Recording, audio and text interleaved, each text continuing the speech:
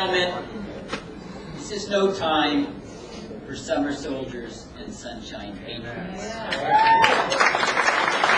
stand at the precipice of losing 1776 and then progressed to the Constitution 11 years later, was one that held the purpose was to secure the blessings of liberty to ourselves and our posterity.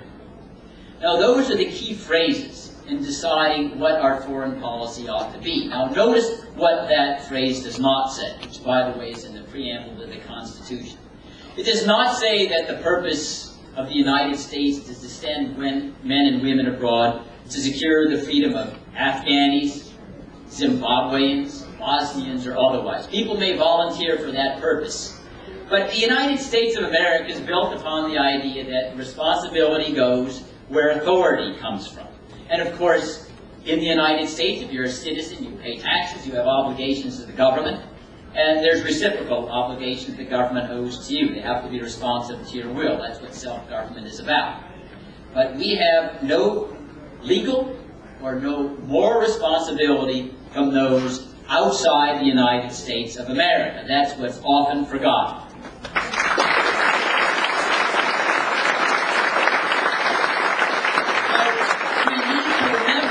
It isn't because we're callous, but because we are humble and recognize the limits of hubris. Those who think that we are wise enough to keep our republic and yet run warfare around the globe, maybe intergalactic now that we've got spaceships, are deluding themselves. The wisdom of John Quincy Adams in his July 4th address of 1821 lives for the ages. He said, "We do not go abroad in search of monsters to destroy, because we would lose our liberty in the process. We seek influence by example, but that is the end of the matter."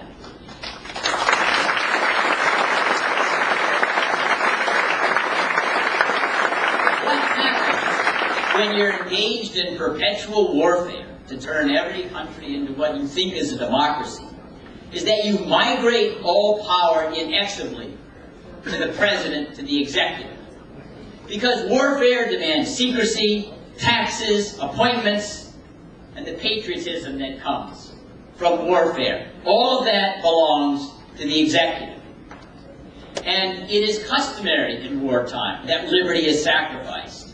It is customary that the congressional oversight function dwindles. And most important, it is customary that we lose the power of self-government because we don't know what the government is doing. Everything is cloaked in secrecy. We didn't know what were weapons of mass destruction. Today, if the president stood up and said, Iran has 10 nuclear weapons that they're about to drop on the United States, we wouldn't know whether that was right or wrong, even though it's our tax money, our lives that are at stake.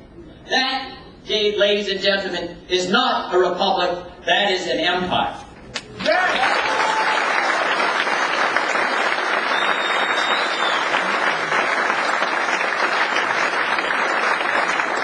Now there is a very fundamental truth about that observation of self-government, and why we're here today, and why the United States was unique in endowing its people with the thrill of self-government. It doesn't mean we never make errors. Of course we can make errors. We can be fallible. But the uniqueness of the United States is we chart our own destiny. We're not vassals. If we make a mistake, we learn from it, but we have the pride that we decided, we struggled with it, we didn't give it away.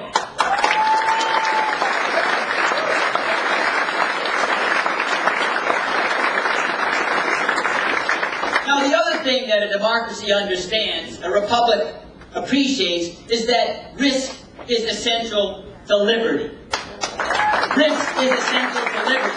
If you want to reduce the risk of another 9/11 to zero, why don't eliminate the human species? We're all capable of evil, and if you want the risk of zero, then we might as well perish and give up the exercise. And what has been so monstrous about our foreign policy, which is not conservative, it doesn't reflect the Declaration, it doesn't reflect the Constitution, which as is its goal, the securing of blessings of liberty to ourselves. It doesn't reflect George Washington's farewell address that said, don't have any political action abroad whatsoever, except the minimal necessary to secure commercial trade. It doesn't reflect John Quincy Adams. In fact, it turns all of that on their head, because it's the idea of empire. We need to try to reduce the risk to the United States of zero. So we need counterterrorism troops in 135 countries in the world. Mauritania, Mali, Burkina Faso, everywhere. It is utterly mindless. And we're sending men and women abroad not to secure our own liberty, but to give pride to the President to think how powerful he can be and how muscular he can project American authority, irrespective of whether it has any effect at all on our own freedom and safety. Now that, I say, is the final transformation of a republic to an empire. It's the characteristics of the British Empire. They were fighting the Boer War, 2 Afghan wars, they were fighting opium wars in China, everywhere. Because they didn't want to have any risk, and my gosh, they were a superpower, so don't do anything that causes any disturbance. We do not want that in the United States. We want our military to be in the United States, protecting us here.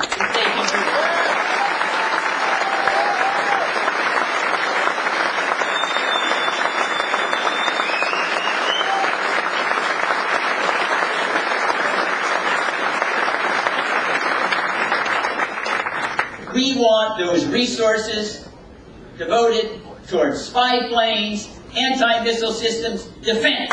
Because when the Founding Fathers wrote in the Constitution that a mission was to secure the common defense, they didn't mean permanent offensive warfare and contemplation of some remote danger.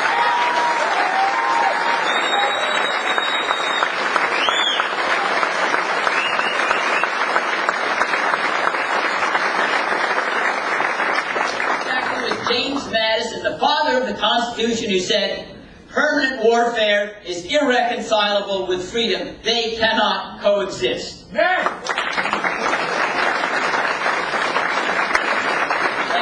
it was monstrous in the United States shortly after 9/11, without any debate whatsoever. We embraced the idea of permanent warfare, because that's what the so-called war on terrorism is. It has no endpoint. There is no threshold of danger that you can say the risk of another 9/11 is zero. And we've accepted that. And the corollary of that idea is all of the world is a battlefield. Everywhere military power, military force can be employed, because maybe Osama is fighting there. Indeed, it goes beyond the planet, it's interstellar, it's intergalactic, anywhere.